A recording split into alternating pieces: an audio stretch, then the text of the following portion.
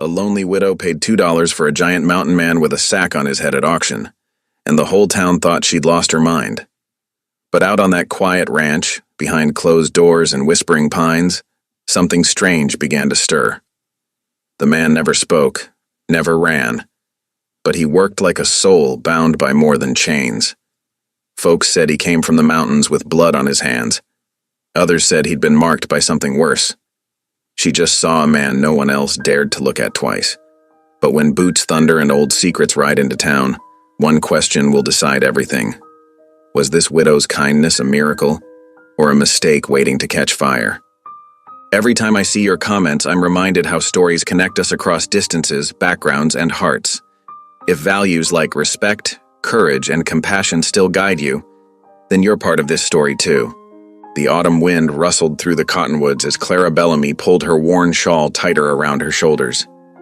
The wooden auction platform creaked under the weight of shuffling feet, its rough planks weathered from years of similar gatherings. Around her, the townsfolk of Mercy Ridge clustered like nervous chickens, their whispers carrying on the crisp September breeze. Clara stood quietly at the back of the crowd, her gray-streaked hair tucked neatly beneath a modest bonnet. The sheriff's voice rang out across the town square, calling out lot numbers and starting prices for the day's labor contracts. Most were familiar faces. Tom Wheeler, the baker's boy caught stealing again. Old Mr. Peterson, deep in debt from the saloon. Clara's heart ached for them, but her meager widow's purse couldn't help them all. "Lot number 17, the sheriff bellowed, his voice cutting through the morning air.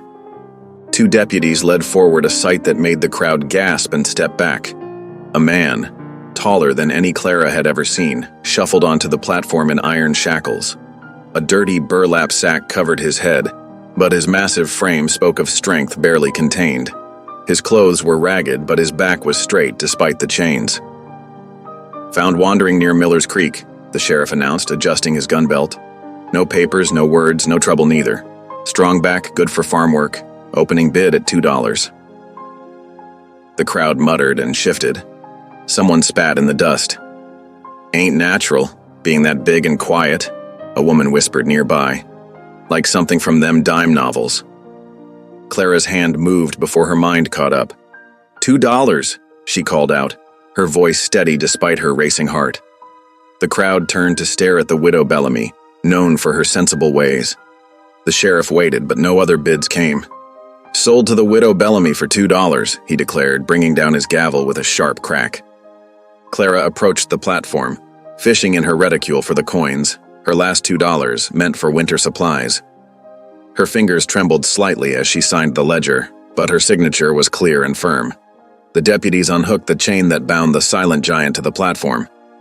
The walk home was long and quiet, with only the creak of her mule cart's wheels and the shuffle of feet in the dust.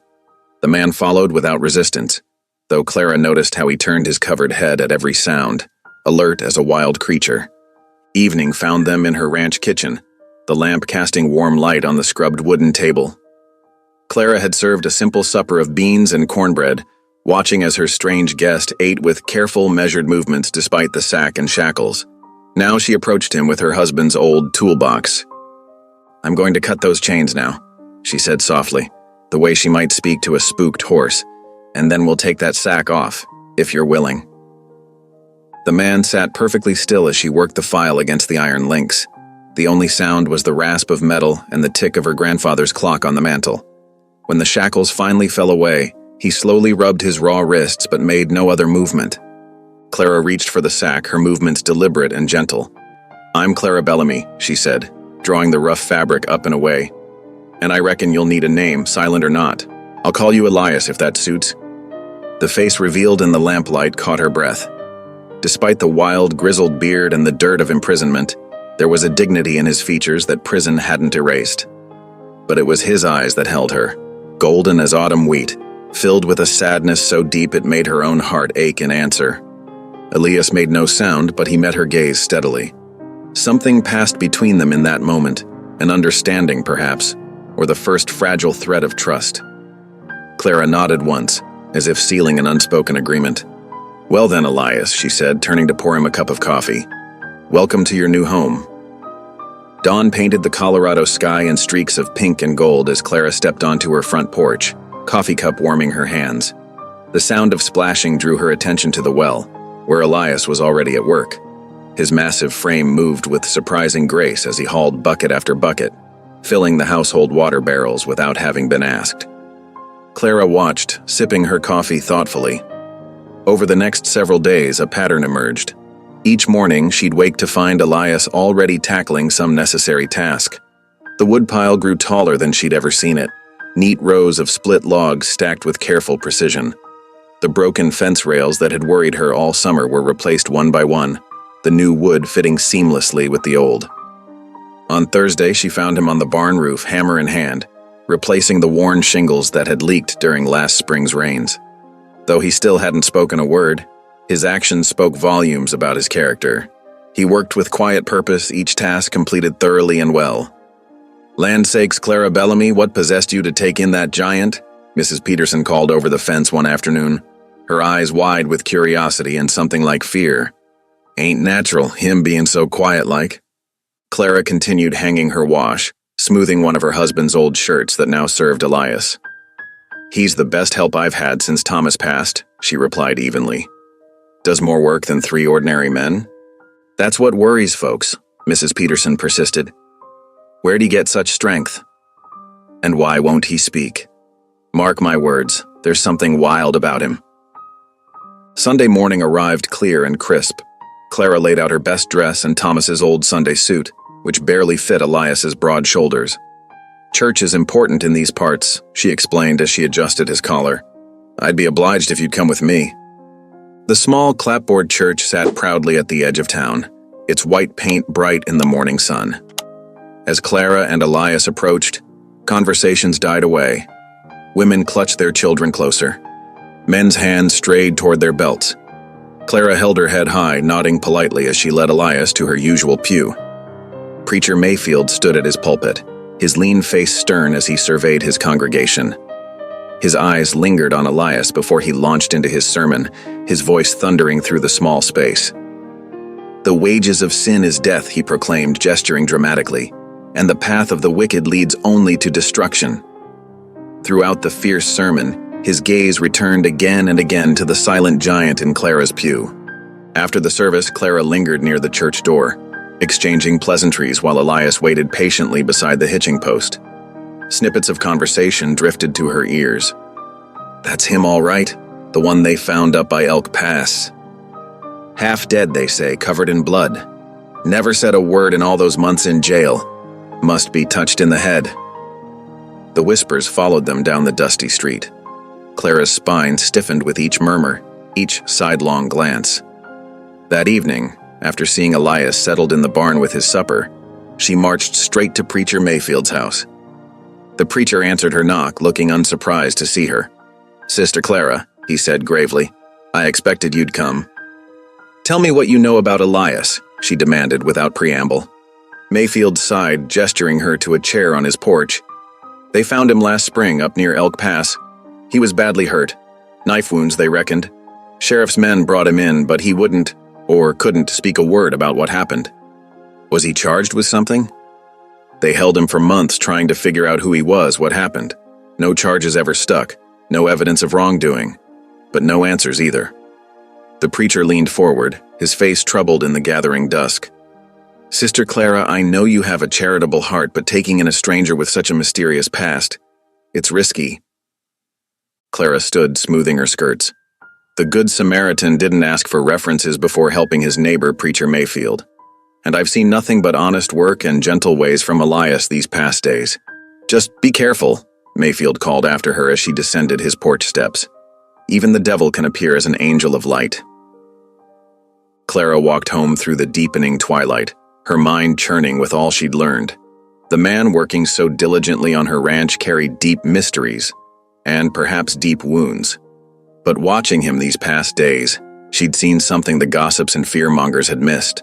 A profound dignity, a careful gentleness that no amount of suspicion could erase. The autumn air turned crisp as September deepened into harvest time. Clara stood at the edge of her hayfield, watching the golden stalks wave in the morning breeze. Frost would come soon, too soon, and the hay needed cutting before the cold could claim it. She turned to Elias, who stood quietly beside her, his golden eyes taking in the expanse of work ahead. "We'll need to bring this in quick," she said, more to herself than to him. "Weather's fixing to turn." They worked steadily through the morning hours. Clara guided the horse-drawn mower while Elias followed behind, gathering and binding the cut hay into neat bales. His massive hands worked with surprising deftness, each bale tied tight and uniform. The sun climbed higher and sweat soon darkened his shirt, but he never slowed his pace. By midday, they had cut and baled a good portion of the field. Clara brought out a jug of cool well water and some bread and cheese. They sat in the shade of an old oak tree, sharing their simple meal in comfortable silence. Clara had grown used to these quiet repasts, finding an odd peace in them. There was something restful about not having to fill the air with words. That evening, after their usual supper of beans and cornbread, Clara went to her bedroom and returned with a worn leather Bible, Thomas's old one, its pages soft with use.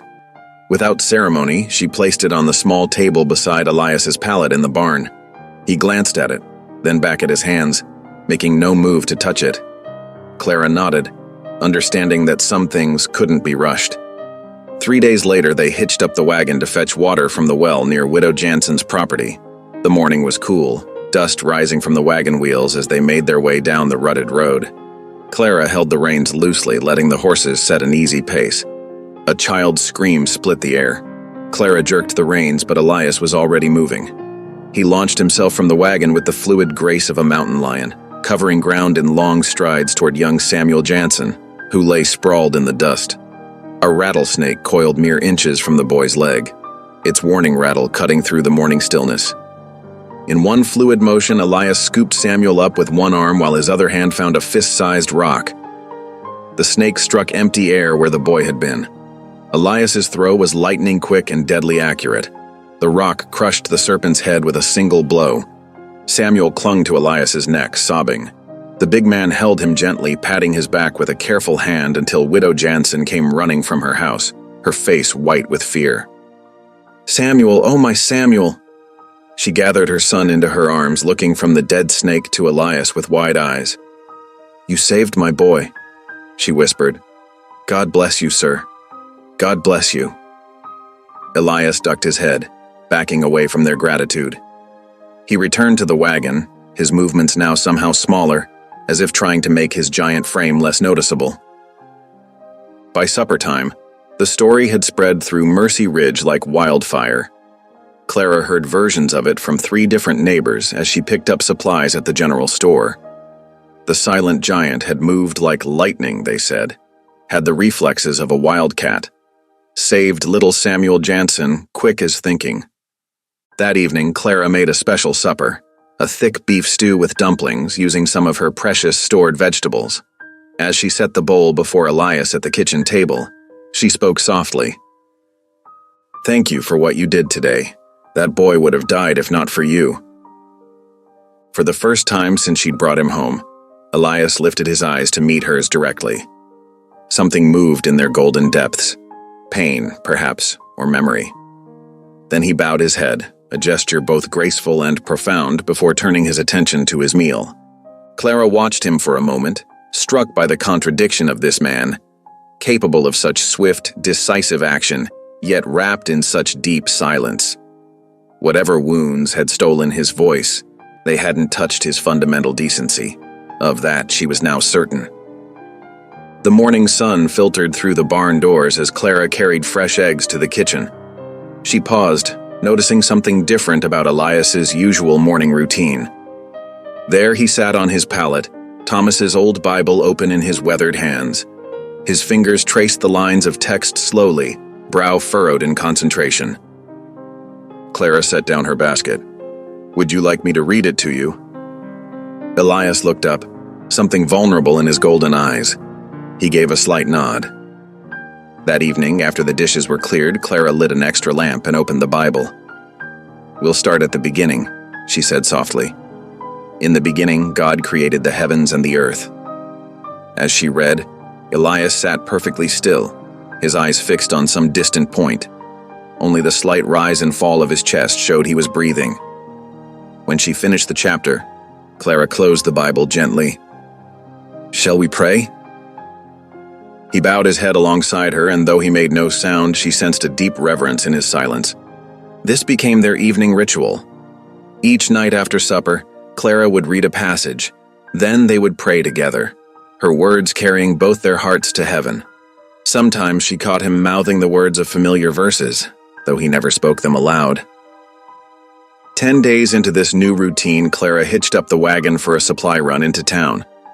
The general store was busy with ranchers stocking up before winter.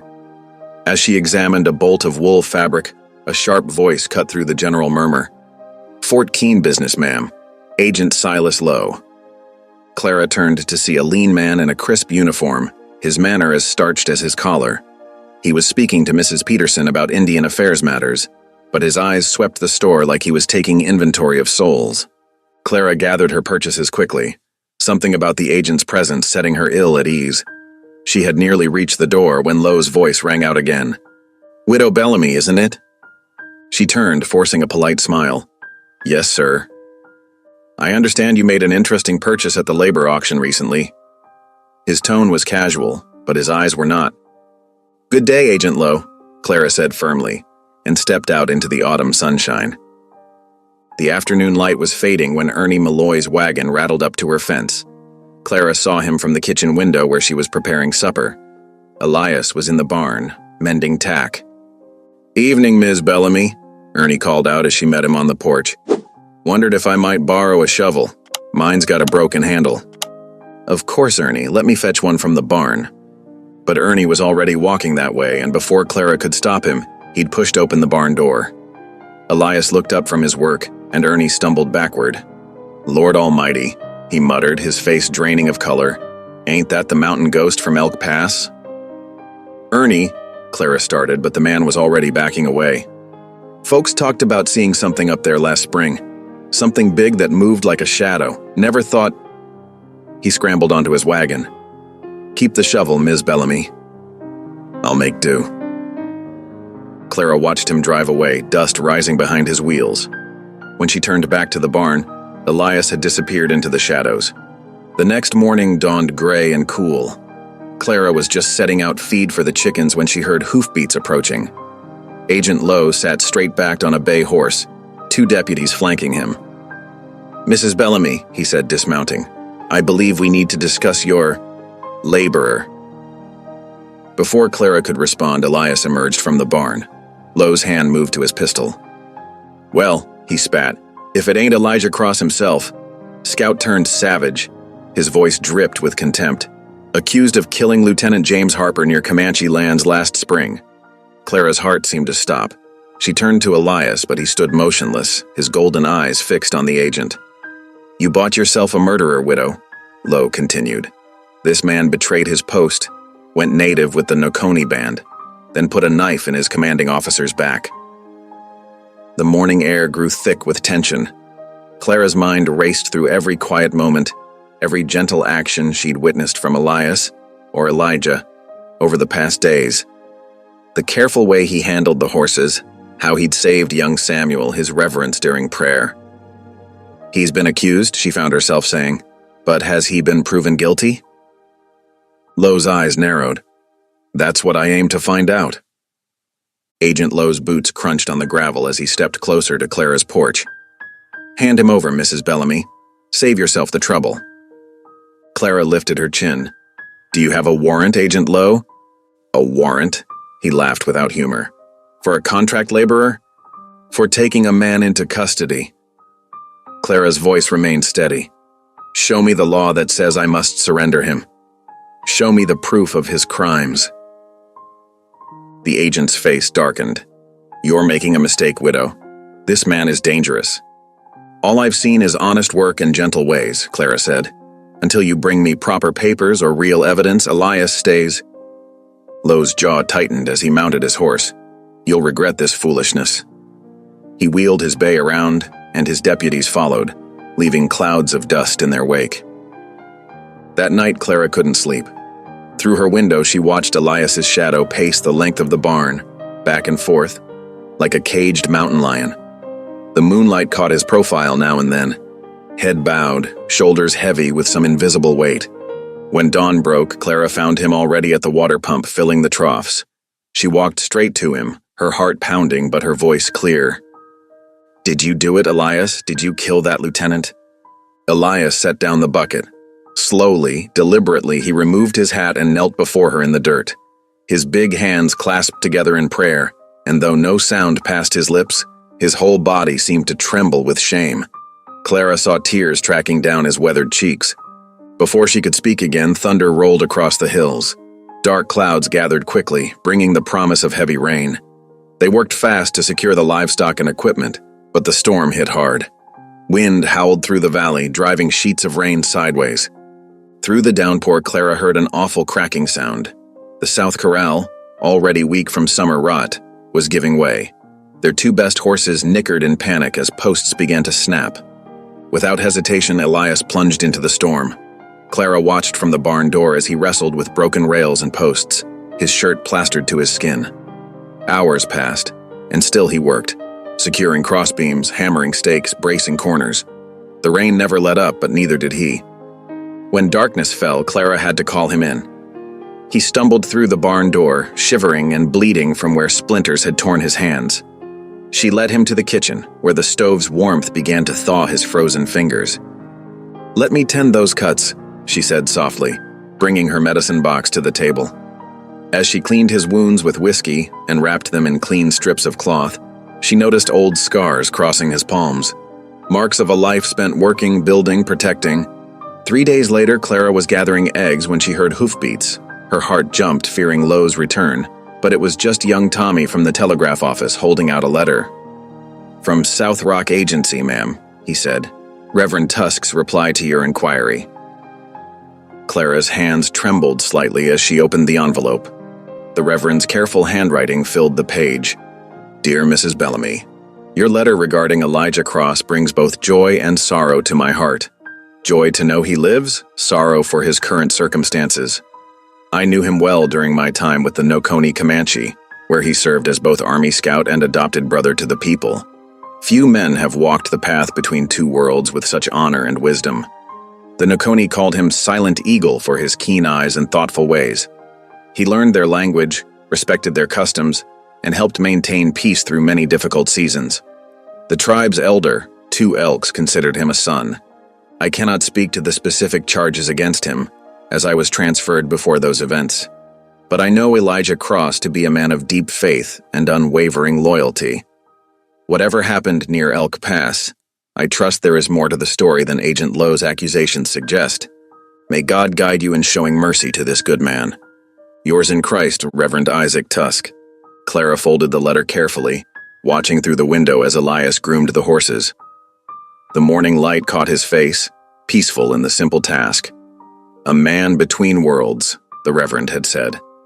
Perhaps that was why God had brought him here, to her land between the settlement and the wild, where grace might build a bridge across the divide. The Sunday morning dawned clear and cool. Clara hitched the wagon while Elias readied the horses, his movements careful and precise. They had 5 miles to cover, heading east toward the Comanche borderlands where prairie met sky. Clara had packed bread, dried meat, and a small pot of coffee. The wooden wheels creaked beneath them as they followed the old trading path, marked by scattered buffalo bones and wind-worn stones. Elias sat straight beside her, his eyes fixed on the horizon where the rising sun painted the clouds in shades of gold and pink. The landscape changed gradually, settlement fences giving way to open grassland dotted with sage. Prairie dogs stood at attention as they passed, chirping warnings to their underground kin. A red-tailed hawk circled overhead, riding the morning thermals. Near midday, they crested a low rise overlooking a shallow creek. There, beneath a lone cottonwood tree, sat an elderly man wrapped in a blanket decorated with geometric patterns. His silver hair hung in 2 long braids, and his face bore the deep lines of many winters. Elias's breath caught. He climbed down from the wagon slowly, reverently, and approached the seated figure. Without hesitation, he knelt and pressed his forehead to the earth, his broad shoulders trembling slightly. The elder, Two Elks, rose with dignity. He placed weathered hands on Elias's shoulders and spoke soft words in Comanche, his voice rich with emotion. Then he drew Elias up into an embrace that spoke of years of shared history and lost time. Clara remained by the wagon, giving them space for their reunion. She watched as two elks touched his forehead to Elias's in a gesture of deep kinship, murmuring what seemed like prayers or blessings. Finally, two elks turned to Clara and beckoned her forward. "You have shown kindness to my son," he said in clear English. "Please, sit with us. There are truths that must be spoken." They settled in the shade of the cottonwood. Two elks produced a small pipe, lit it with ceremony, and passed it in a circle before beginning his tale. "2 winters passed," he said. "When the snows came early, our people camped in the protected valley near Elk Pass. We had permission. The treaty was clear. But a new lieutenant arrived, young and full of poisoned thoughts. Two Elks' eyes grew distant with memory. He ordered the camp burned. No warning, no cause. Elias was their scout then. He tried to stop it, showing them the treaty papers. The lieutenant tore them up. Clara glanced at Elias, who sat with his head bowed, hands clenched tight. "When the soldiers came with torches, Elias fought his own men to save our little ones. He carried 2 children through the smoke to safety. But the lieutenant's men caught him." Two Elks' voice grew heavy. "They beat him until he could not speak, then left him for dead in the snow." The old man reached into his blanket and withdrew a small wooden token, smoothed by age and decorated with careful carvings. "We found him, barely breathing, nursed him through fever dreams. When he woke, his voice was gone, locked away with the horror of that night." He pressed the token into Clara's hands. "This marks him as Nokoni, our brother.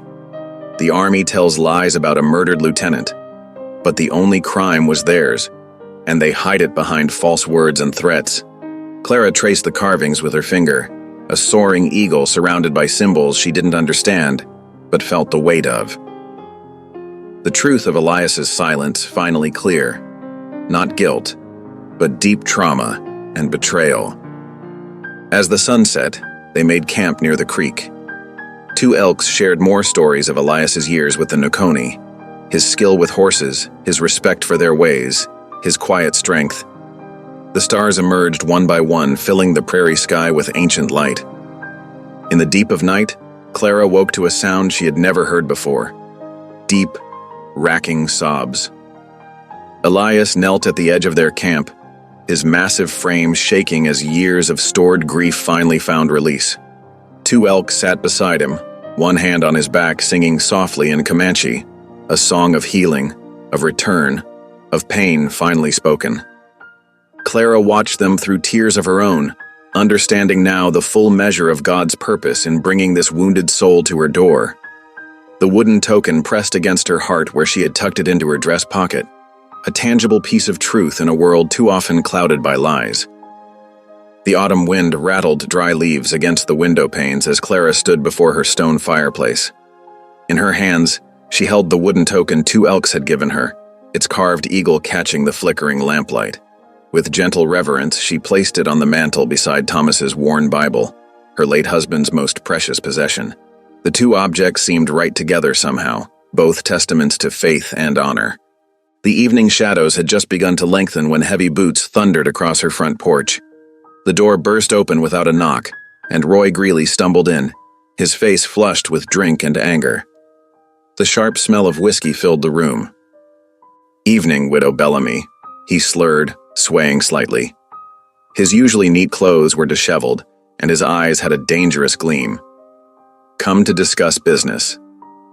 Clara straightened her spine, though her heart hammered. "Mr. Greeley, this is hardly the time or manner for a proper discussion." "Proper?" He spat the word. "Ain't nothing proper about you denying water access to honest ranchers. My cattle are dying while you hoard that spring." "That spring has been deeded to this property since my husband's time," Clara said firmly. "The town council confirmed those rights last season." Greeley took an unsteady step forward. "Times change, woman. Drought's getting worse. I'm offering fair money for those rights. More than fair." His voice turned ugly. "Course, if you're too stubborn to see sense, accidents do happen, especially to widows living alone." A floorboard creaked behind him. Elias emerged from the kitchen doorway, his massive frame filling the space. Though his face remained calm, his golden eyes held steel. Greeley whirled around, nearly losing his balance. Well, if it ain't the murderous savage himself, he sneered up at Elias. You think hiding behind this half-breed will save you, widow? He'll bring nothing but trouble. Clara moved to stand beside Elias. You're drunk, Mr. Greeley. I suggest you leave now, before you say something you'll regret come morning. Regret? Greeley laughed harshly. Only regret I got is not running this monster off my range when we first found him. He jabbed a finger toward Elias. You watch yourself, Indian lover. Your kind ain't welcome here.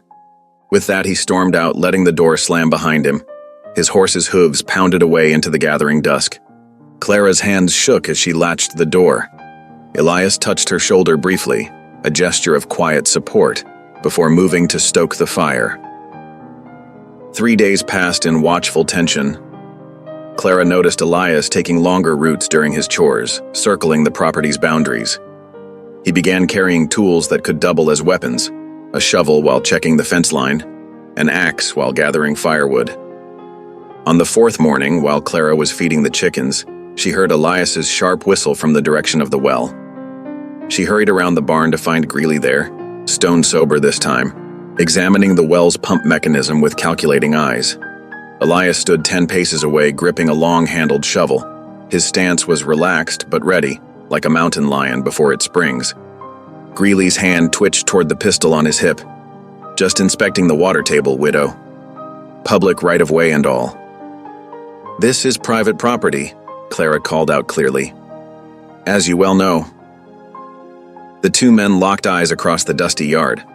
Though Elias held only the shovel, something in his unwavering gaze made Greeley's face twitch. After a long moment, the rancher backed away. This ain't over, he snarled. Town water vote's coming up. We'll see who's got rights then. He swung onto his horse and spurred it hard, cursing as he rode off. That evening, Clara wrote by lamplight at her kitchen table, carefully forming each word.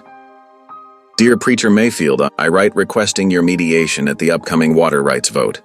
Recent events have made clear the need for peaceful resolution to these disputes.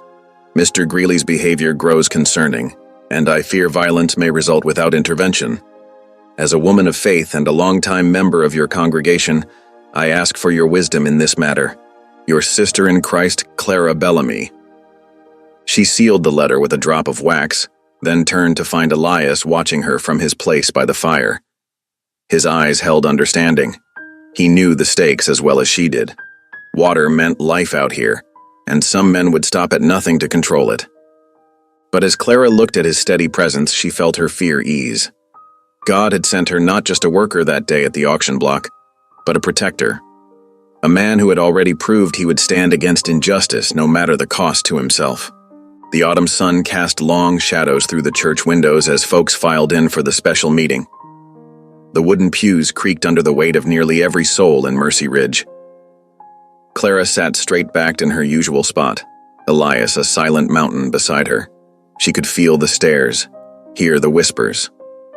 Preacher Mayfield stood at his pulpit, his weathered Bible open before him. Brothers and sisters, he began, his voice filling the small sanctuary. We're gathered today to discuss the matter of spring water distribution. These are trying times with the drought testing us all. Roy Greeley shot to his feet before the preacher could continue. Testing some more than others, ain't that right? He turned to face the congregation. While my cattle die of thirst, Widow Bellamy sits pretty on the best water source in the county. Clara felt her cheeks flush but kept her composure. The wooden pews squeaked as people shifted uncomfortably. And that ain't the worst of it, Greeley continued, jabbing a finger toward Elias. She's harboring a killer, a man who murdered an army officer in cold blood. Ask yourself, can we trust such people with our water? Murmurs rippled through the church. Clara saw heads nodding, faces darkening with suspicion.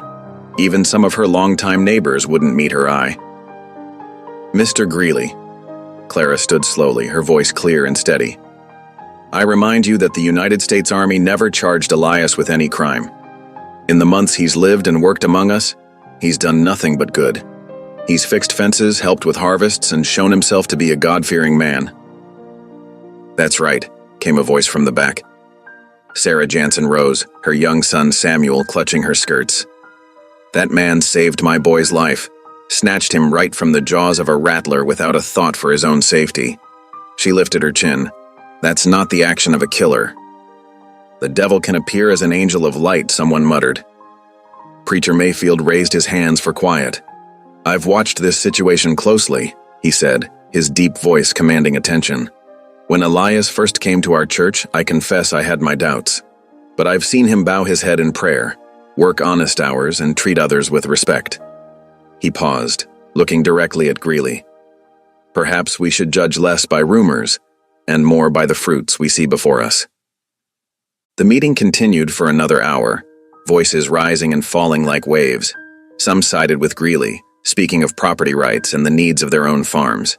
Others remained silent, uncertain. No clear resolution emerged. When they finally adjourned, the sun was setting. Clara and Elias rode home in the gathering dusk, the clip-clop of hooves the only sound between them. His face remained impassive, but Clara noticed how his shoulders seemed heavier than usual. That night, Clara woke to an odd scraping sound. The moon was high and bright, casting silver light across her yard. Following the noise, she found Elias behind the barn, stripped to his waist despite the cool night air, digging steadily. He had already carved a long trench stretching toward Widow Jansen's property line. Clara watched as his muscles flexed in the moonlight, the shovel biting deep into the earth. She understood immediately. He was creating a channel to share their well water with their struggling neighbor. Elias, she said softly. He paused, wiping sweat from his brow, and looked at her with those golden eyes. Still no words, but his meaning was clear. They had been blessed with plenty, and it was right to share. Clara felt tears prick her eyes. This man who had been shown so little mercy by the world was working through the night to help others. She thought of the Savior's words about giving cups of cold water in his name. Let me fetch you a lantern, she said. And I'll bring some water too. The digging kind, not the sharing kind. His eyes crinkled slightly at her small joke, the closest she'd ever seen to a smile. As Clara turned back toward the house, she knew this quiet act of generosity would speak louder than any words in their defense. By morning, news of Elias's nighttime labor would spread through town, and hearts would begin to soften one by one. The first frost came early that year, painting the windows with delicate white patterns and turning the morning grass brittle. Clara had been working hard to prepare the ranch for winter, mending quilts and storing preserves when the fever struck her like a hammer blow. It started with a shiver she couldn't shake even beside the cook stove. By nightfall, she could barely stand. Elias found her swaying in the kitchen, trying to lift a pot of soup with trembling hands. Without a word, he guided her to her bed, his large hands gentle but firm on her shoulders. The next few days blurred together in a haze of heat and chills. Through the fog of fever, Clara was aware of Elias's constant presence. He moved like a shadow through her room, changing cool cloths on her forehead, stoking the fire, and spooning warm broth between her cracked lips. When she shivered, he added another quilt. When she burned, he opened the window to let in the crisp autumn air. In her more lucid moments, Clara noticed how he never left her side for more than a few minutes. He slept in the wooden chair beside her bed, his long legs stretched out, head bowed in what looked like constant prayer. The ranch work must have been piling up, but he seemed concerned only with her recovery. What surprised her most was the sound of his voice. At first, she thought she was dreaming when she heard the low, melodic rumble of someone reciting psalms. But there was Elias, his eyes closed in concentration, speaking words she had read to him so many times. The Lord is my shepherd, I shall not want. He maketh me to lie down in green pastures. He leadeth me beside the still waters. His voice was rough from disuse, but clear and strong, like water over stones. He had memorized every word of their evening readings, and now he gave them back to her as medicine for both body and soul. The fever peaked on the 5th night. Clara tossed in sheets soaked with sweat, her breathing shallow and quick. Through the pounding in her head, she heard movement beside her bed.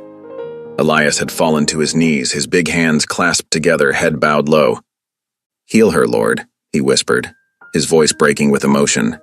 She saw me when I was no one. Those simple words, the first he had spoken in English since coming to her home, pierced straight through Clara's fever-addled mind. Tears slipped from her closed eyes as she listened to this man, who had carried such heavy silence, finally breaking it to pray for her healing. The fever broke the next morning. Clara woke to pale sunlight streaming through her window and the sound of birds greeting the day. Her nightgown was damp with sweat, but her head was clear for the first time in days.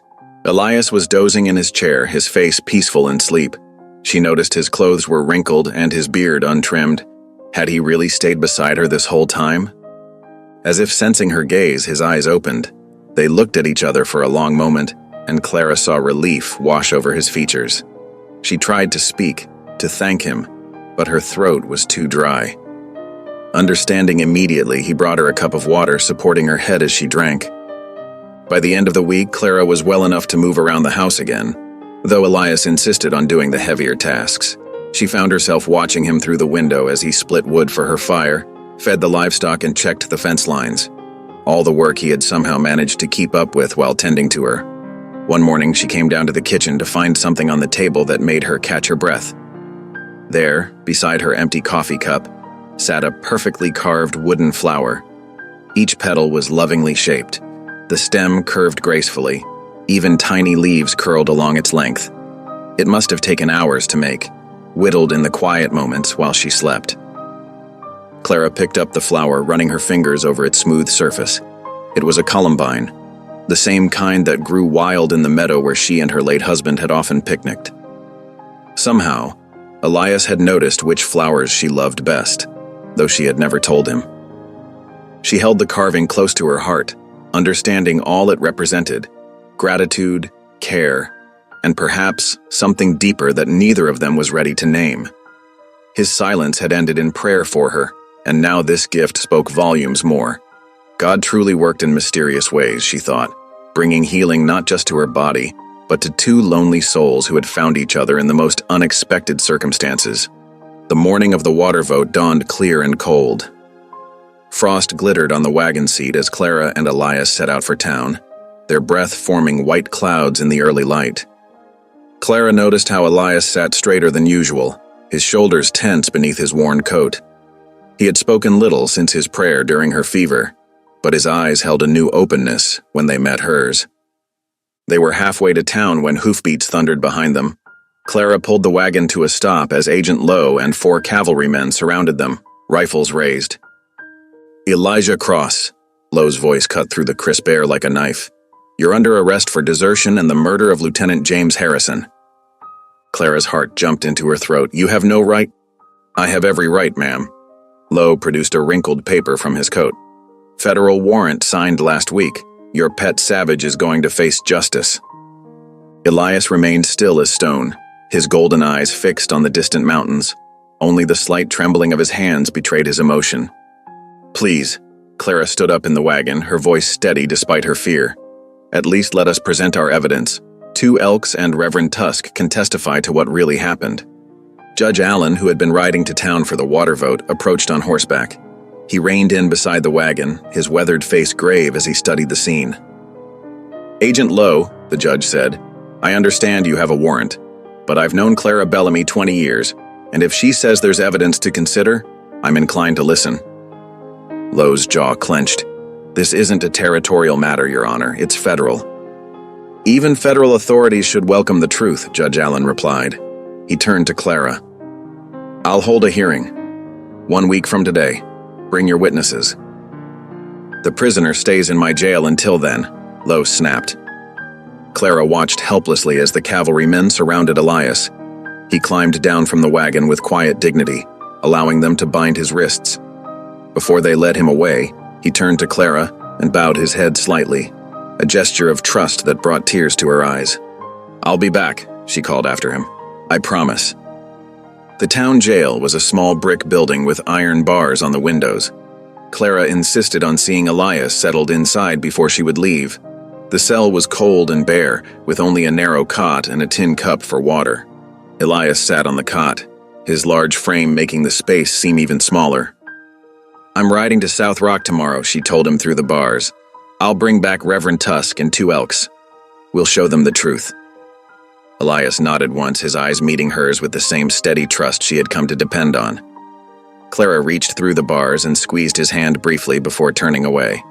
She had to move quickly now. South Rock was 2 days' hard ride each way. Dawn the next morning found Clara already in the saddle, her fastest horse beneath her and provisions packed for the journey. She had spent the night preparing, writing letters to everyone who might help. Preacher Mayfield, the Jansens, even Roy Greeley, who had softened since Elias dug the water trench to help his neighbors. The autumn sun climbed higher as Clara rode east, her thoughts never far from that cold cell and the man who had changed her life with his silent strength. She would not fail him. God had brought them together for a purpose, and she meant to see it through. The road to South Rock stretched before her like a promise. Clara touched the wooden token from 2 Elks, which she wore on a leather cord around her neck. It would guide her back to those who could speak for Elias when he could not speak for himself. Justice would be served, but not the kind Agent Lowe had in mind. She spurred her horse faster, racing against time and distance. Somewhere behind her, Elias waited in his cell, trusting her to return. And return she would, with the truth that would set him free. The sleet stung Clara's face as she urged her horse forward through the gathering storm. 2 days of hard riding had left both beast and rider bone-weary, but she couldn't stop. Not with Elias counting on her. The normally 2-day journey to South Rock stretched longer as icy rain turned the trail treacherous. Night was falling when she finally spotted the reservation's wooden cross rising against the purple sky. Her horse's hooves clattered on the frozen ground as she approached the mission house where Reverend Tusk lived. The elderly Reverend opened his door at her knock, lamplight spilling onto the porch. "Mrs. Bellamy?" His eyes widened with concern. Come in, you're half frozen." Clara's hands shook as she accepted the cup of hot coffee he pressed into them. Through chattering teeth, she explained about Elias's arrest and Agent Lowe's accusations. The Reverend's face grew grave as he listened. "I'll testify, of course," he said. "Elijah Cross was a man of honor. The Army's treatment of him was shameful." 2 Elks, Clara managed between sips. "I need to speak with him too." "He's been expecting you," Reverend Tusk said softly. "Said the signs told him you would come." They found 2 Elks in his cabin near the edge of the reservation. The elder sat cross-legged before a small fire, as if waiting for them. His weathered face creased with recognition when Clara entered. "The widow who sees with her heart," he said in careful English. "You have ridden far for my brother." Clara knelt before him, exhaustion forgotten. "Please, they're going to try him for murder. We need your help." 2 Elks reached into a leather pouch at his waist and withdrew a folded paper, yellow with age. "I have carried this many moons, waiting for the right time. Now I give it to you." Clara's hands trembled as she unfolded the letter. The handwriting was shaky but clear. "I, Captain William Dawes, being of sound mind and near death, must confess what I witnessed 2 winters past. Lieutenant Harrison ordered the burning of the Comanche winter camp against direct orders and treaty law. When Scout Cross tried to stop him, Harrison had him beaten and left for dead. The lieutenant's death came by his own men's hands when he ordered them to fire on fleeing women and children. Cross is innocent of all charges. May God forgive us all. Signed, Captain W. Dawes. Witnessed by 2 Elks, Noconi Elder." Clara pressed a hand to her mouth, tears mixing with the melting sleet on her cheeks. "This will save him." 2 Elks nodded solemnly. "The dying man spoke truth. Now you must carry it home." The return journey began at dawn. Reverend Tusk rode beside Clara while 2 Elks followed on his pony, wrapped in a thick blanket against the cold. They traveled slower than Clara wished, but the icy trails demanded caution. As dusk approached on the first day back, they sought shelter at the Mercy Creek Mission House. Sister Mary Catherine welcomed them with hot stew and beds near the kitchen fire. After their guests settled for the night, Clara slipped into the mission's tiny chapel. Moonlight filtered through the single window, casting silver light on the rough-hewn cross. Clara sank to her knees on the hard wooden floor, clutching her husband's worn Bible to her chest. "Lord," she whispered, her voice breaking, "why does my heart ache so? He's barely spoken 10 words to me, yet I feel his silence like a missing limb." Tears flowed freely now. "I'm 52 years old. A widow, set in my ways. What business do I have caring this much for a man I hardly know? But she did know him, she realized. Knew his gentle heart in the way he handled frightened calves. Knew his honor in how he worked without complaint. Knew his faith in his reverent handling of Scripture despite being unable to read it. Knew his courage in how he faced the town's suspicion with dignity.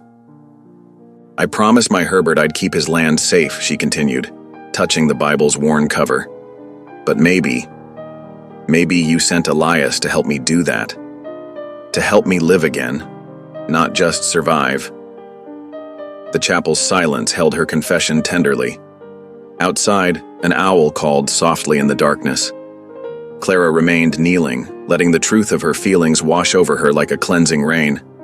She had 4 more days to reach town before the hearing. 4 days to save a man who had already saved her in so many ways. Finally, peace settled over her like a warm blanket. She didn't have all the answers, but she had truth in her saddlebags and faith in her heart. For now, that would have to be enough. The church bell tolled 9 times across Mercy Ridge's town square, its solemn peals echoing off the frost-covered buildings. Townspeople filed into the courthouse, their boots scraping against wooden floors as they settled onto hard benches. Morning sunlight filtered through tall windows, casting long shadows across the worn floorboards. Clara sat in the front row, her spine straight despite her exhaustion. Reverend Tusk sat to her right, his clerical collar stark white against his black coat. 2 Elks occupied the space to her left, dignified in his traditional dress, drawing curious glances from the assembled crowd. At the judge's bench, Mr. Allen adjusted his wire-rimmed spectacles and called the hearing to order with 3 sharp raps of his gavel. The sound cut through the murmuring crowd like a knife. "This hearing concerns the matter of Elijah Cross," Judge Allen announced, his voice carrying to the rafters. "Agent Lowe, you may present your case." Agent Lowe rose from his seat, boots clicking as he approached the bench. His uniform was pressed crisp, his manner rigid with authority. "Your Honor, the accused deserted his post as Army Scout and was present at the death of Lieutenant Harrison. The Army seeks justice." "And the defense?" Judge Allen's gaze swept to Clara. Clara stood clutching her reticule where Captain Dawes's letter lay folded. "Your Honor, we have evidence that will clear Mr. Cross's name." The judge nodded. "Proceed." Clara's hands trembled slightly as she withdrew the yellowed paper. Reverend Tusk rose beside her, lending quiet support with his presence. "This is a deathbed confession from Captain William Dawes, witnessed by 2 Elks of the Noconi Comanche." Judge Allen accepted the document, unfolding it carefully. The courthouse fell silent as he began to read aloud, his clear voice carrying Captain Dawes's last words to every corner of the room. "I, Captain William Dawes, being of sound mind and near death, must confess what I witnessed 2 winters past." As the judge read, Agent Lowe's face darkened like a thundercloud. The truth emerged piece by piece. Lieutenant Harrison's violation of the treaty, the illegal order to torch the winter camp, Elias's desperate attempt to prevent the atrocity, the beating that left him for dead, and finally, Harrison's death at the hands of his own men when he commanded them to fire on fleeing women and children. When Judge Allen finished reading, the silence in the courthouse was absolute. He looked up, removing his spectacles to study the document more closely. 2 Elks, you witnessed this confession?" 2 Elks rose with quiet dignity. "I did." Captain Dawes spoke these words with his last breath, seeking peace before meeting the Great Spirit. "Reverend Tusk?" The judge turned to the clergyman. "I can attest to Elijah Cross's character during his time as scout," Reverend Tusk stated firmly. "He was a bridge between our peoples, respected by both sides. His only crime was trying to prevent a massacre." Agent Lowe surged to his feet. "This is preposterous. A convenient tale from a dying man who can't be questioned." "Agent Lowe," Judge Allen's voice cracked like a whip. "This confession is properly witnessed. Moreover, it explains what your superiors at Fort Keene could not, why no formal charges were ever filed against Mr. Cross despite months of detention." Lowe's face flushed dark red. "Your Honor, I've heard enough." Judge Allen replaced his spectacles and straightened in his chair. This court finds Elijah Cross innocent of all accusations. He is free to go with our apologies for his unjust imprisonment." The gavel struck once, final and firm. Clara's heart soared as she watched Elias rise from the defendant's chair. He stood tall, the morning light catching the silver threads in his dark hair. With measured steps, he descended the courthouse steps, each footfall marking another moment of his freedom. At the bottom, he turned to face Clara. His golden eyes held hers, and for the first time since she'd bought his contract that autumn morning, his voice filled the air between them. "You gave me back my name." The words were soft, meant for her alone, but they carried the weight of mountains. Clara felt tears prick her eyes as she nodded, unable to speak past the lump in her throat. That evening, they sat across from each other at Clara's kitchen table, sharing a simple supper of beef stew and fresh bread. No words passed between them, but the silence was different now, soft and peaceful, like new fallen snow. The lamplight cast a gentle glow over their faces as they ate, while outside, the first stars of evening began to shine. Clara watched Elias break his bread, his movements deliberate and graceful.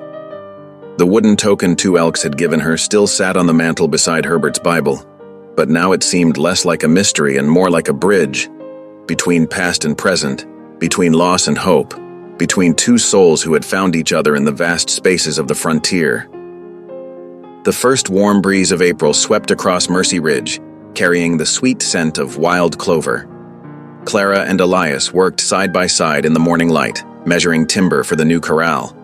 Their movements had grown easy together over the months, like a well-practiced dance. "Pass me that saw?" Clara wiped her brow with her sleeve. Elias handed it over without a word, though his eyes crinkled at the corners, a smile that needed no voice. The corral took shape under their hands, post by post. Neighbors began stopping by, first just to watch, then to help. Old Jim Tucker brought his tools one morning. The Jansen boys carried water. Even Roy Greeley, who'd once threatened them over water rights, arrived with a wagon of fresh-cut rails. "Reckon we all misjudged some things," Greeley mumbled, not meeting their eyes. But he stayed to help, and that said more than words could. When the corral was finished, Clara noticed 3 orphaned children from the Jansen place watching them work. They'd lost their parents to fever last winter, and their aunt could barely feed them, let alone teach them letters. "We could build them a schoolhouse," Clara said one evening over supper, "right here on the ranch." Elias nodded, already sketching plans on a scrap of paper. His writing was still unsure, but his drawings were clear as day. Word spread. People came with lumber, nails, and willing hands. Widow Jansen brought fresh-baked bread. The Cooper family donated old readers and slates. Even Preacher Mayfield arrived with paint for the walls. The schoolhouse rose beside the new corral, a symbol of something healing in the community. Clara watched as Elias guided young Samuel Jansen's hands, showing him how to plane wood smooth. The boy who'd once feared the silent giant now followed him like a shadow. That Sunday, the little church was fuller than usual. Sunlight streamed through the windows, painting the wooden pews with gold. When Preacher Mayfield asked for a volunteer to read the morning scripture, Elias stood. The congregation held its breath as he walked to the front, Bible in hand. His voice, unused for so long, came out low and clear as a mountain stream. "The Lord is near to the brokenhearted and saves the crushed in spirit." Clara felt tears well up as he read Psalm 34. Each word seemed to wash away another shadow of the past, like spring rain clearing winter's dust. That evening, Clara found Elias on the porch, his big hands moving steadily over a piece of wood. Curls of pine fell at his feet as his knife shaped what looked like a cradle rail, its surface smooth as silk. He didn't look up, but his shoulders relaxed as she settled into her rocking chair nearby. The sunset painted the hills in shades of purple and gold, while meadowlarks called their evening songs.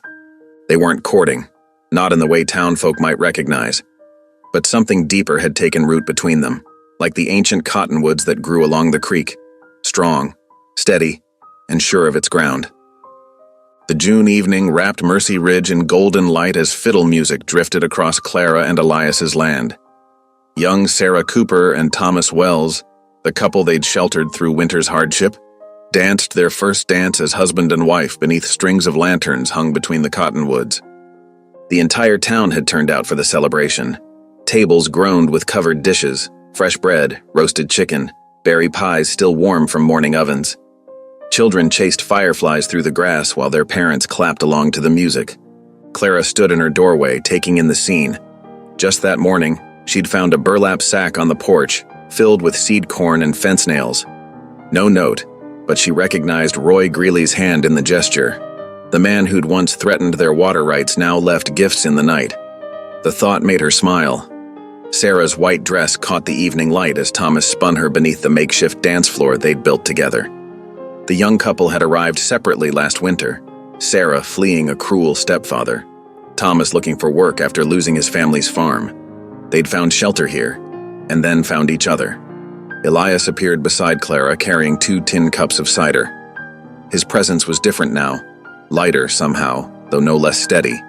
The silent giant who'd arrived in chains had become the man who taught children to read, who carved cradles for new mothers, who sang hymns in a voice as deep as summer thunder. They settled on the porch steps, shoulders touching. The fiddle changed to a slower tune, and more couples joined the dance. Miss Jansen, who'd once whispered about Clara's wild choice, now waved as she passed by with Preacher Mayfield. "You've come far, Mr. Cross," Clara said softly, resting her head against his shoulder. Elias's hand found hers in the growing dusk. "Because someone paid $2 to see the man under the sack." The words hung between them like a prayer of gratitude. Clara squeezed his fingers, remembering that September morning that seemed so long ago now. Later, after the last guests had gone home and the lanterns burned low, Elias walked to the barn. Clara watched from the doorway as he took down the old burlap sack that had hung on a nail since that first day. Dust fell from its rough fabric as he folded it carefully, reverently. In the garden where spring flowers had just begun to fade, a small wooden cross stood among the roses, carved by his own hands during those silent early days. Elias knelt before it, laying the folded sack at its base. The gesture spoke of endings and beginnings, of burdens laid down and new life taking root. When he returned to the porch, Clara was waiting. Together they watched the stars emerge over their land, a place that had become not just a ranch, but a sanctuary where broken things could mend, where silence could turn to song, where $2 worth of mercy could grow into something beyond measure.